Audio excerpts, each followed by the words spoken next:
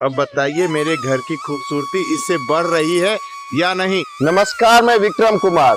आज मैं जो बात करने जा रहा हूँ वो मधुमालती के बारे में बात हो रही है। पहले तो देखिए मेरे घर का वेलकम, बहुत ही सुंदर लता वाली बेल जिसे कि मधुमालती कहते हैं। और हिंदू धर्म में जो मेरे 5 स्वर्ग से आए हुए पौधे हैं उनमें से ये एक। जी हाँ, ये फूल जितना देखने में सुंदर है उतना ही एकदम मीठी खुशबू जिसे कहते हैं वो मिलेगा। और इसमें सबसे बड़ी बात है कि इसमें जो फूल होते हैं वो अनेकों कलर के होते हैं, 5-6 कलर के हो जाते हैं। जैसे ये खिलने के बाद उजले कलर का हो, ये पिंक कलर का है। और जब ये पूरी तरह से प्रौढ़ हो जाता है, इसी में आपको व्हाइट, हल्का पिंक और रेड सब कुछ मिल जाएगा और डीप रेड भी मिलेगा।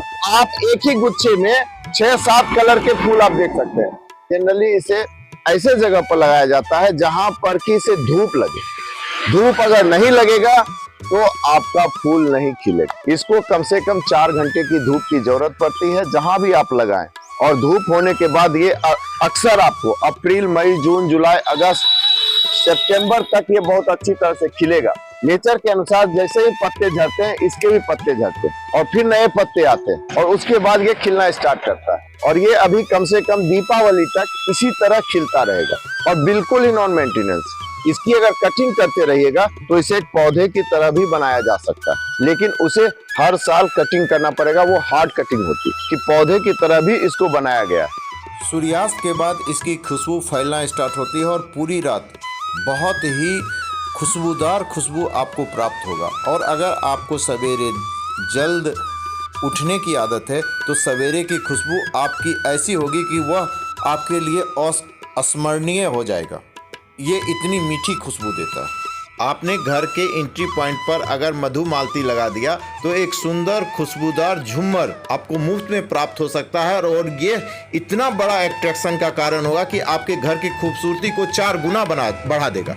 देखिए वही वो मधुमालती है जहां ये दूसरी जगह लगा हुआ है वहां एक भी फूल नहीं है। इसका कारण क्या है? क्योंकि इसे प्रॉपर धूप नहीं लग रही है। सवेरे की धूप ये पेड़ ले लेता है और शाम की धूप ये ले लेता है। इसके लिए मैंने एक डंडी दी है, सूखी हुई डंडी। इससे जब ऊपर ये जाएगा छत पर तब वहां खिलेगा। और दूसरी बात कि हमको इसके जो ब्रांचेज हैं उसको हटाना पड़ेगा।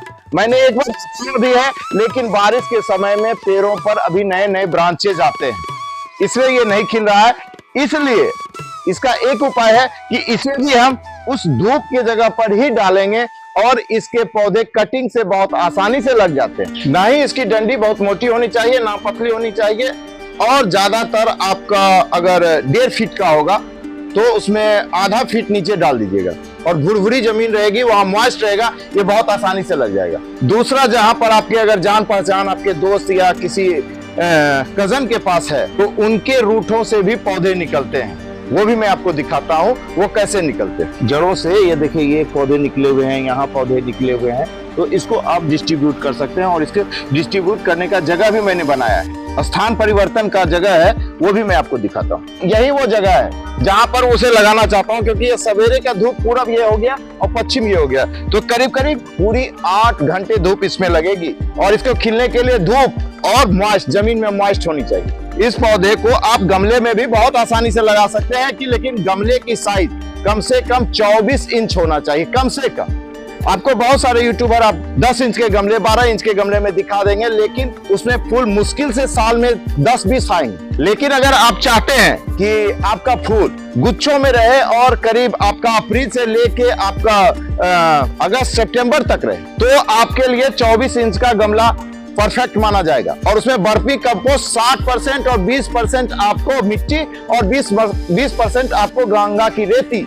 और इसमें से अगर कुछ भी आप कम करना चाहते हैं तो सबको थोड़ा थोड़ा कम करके लीफ खाद दे दीजिएगा। और उसमें सरसों की खल्ली और नीम की खल्ली देना मत भूलिएगा, क्योंकि ये फूल देने वाला पौधा है। इसके लिए आपको मिट्टी जितनी पौष्टिक होगी उतना फूल आएगा। ये झाड़ी नुमा, लता नुमा पौधा है। इसे आप गमले में चाहे तो हार्ड कटिंग करके पौधे की तरह भी रख सकते हैं। बसंत में इसके पत्ते आने लगते हैं। बसंत का मतलब हुआ फरवरी, जिसमें ना ही ठंड होती है ना ही गर्मी होती है। और बसंत में ही हम लोग के यहाँ भारत में आपका सरस्वती पूजा होती है।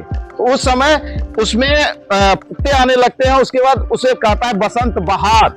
मार्च, अप्रैल, मई, जून के बाद आता है सावन, जिसको हम लोग वर्षा ऋतु कहते हैं। वर्षा ऋतु में आपका ये फूल फूलेगा, लेकिन उसी समय इसकी कटाई छटाई का समय होता है, क्योंकि उसी समय ये इसके नए नए ब्रांचेज आते हैं। आपके अगर जो पौधे छोटे हैं तो उसको आप नहीं कट कीजिएगा, उसके ब्रांचेज बढ़ने लगेंगे सावन में, मतलब वर्षा ऋतु में। और उसके बाद सावन के बाद आपका जब अक्टूबर होगा, बरसात के बाद आपका जनरली थोड़ा मौसम ठीक होता है, तो उस समय भी ये खिलेगा। सावन के बाद भी खिलेगा, मतलब आपका ये अक्टूबर तक खिलेगा। अक्टूबर के बाद इसमें जाड़ा शरद ऋतु आ जाती है, तो उसमें धूप की संख्या कम होती है और ये गर्म जलवायु का पौधा है, इसलिए आपको जाड़ा के दिनों में ये नहीं खिलेगा, क्योंकि उस समय टेम्परेचर बहुत कम होती है। जब तक इसका टेम्परेचर मतलब 25 से 30 के बीच ना हो जाए, उससे जितना ज्यादा हो जाए कोई दिक्कत नहीं। अभी तो मेरा 45 प्लस है तो खिल रहा है, लेकिन 25 होना चाहिए टेम्परेचर। उससे अगर नीचे आएगा तो इसमें इसके शाखाओं में पत्ते तो रहेंगे लेकिन फूल नहीं रहेंगे। पतझड़ में पूरी तरह से ये झड़ जाएगा, सिर्फ इसकी शाखाएं ही आपको मिलेंगी। इसको खिलने के लिए धूप और नमी दोनों की बहुत ज्यादा जरूरत होती है। ये इसे घर में क्यों लगाना चाहिए? इसे घर में इसलिए लगाना चाहिए कि ये आपके घर के माहौल को सुगंधित कर देगा, बहुत ज्यादा, बहुत पॉजिटिव पौधा है। इसे आप जरूर लगाएं और इंफॉर्मेशन अच्छा लगे तो इस गरीब को लाइक और सब्सक्राइब भी करें। धन्यवाद।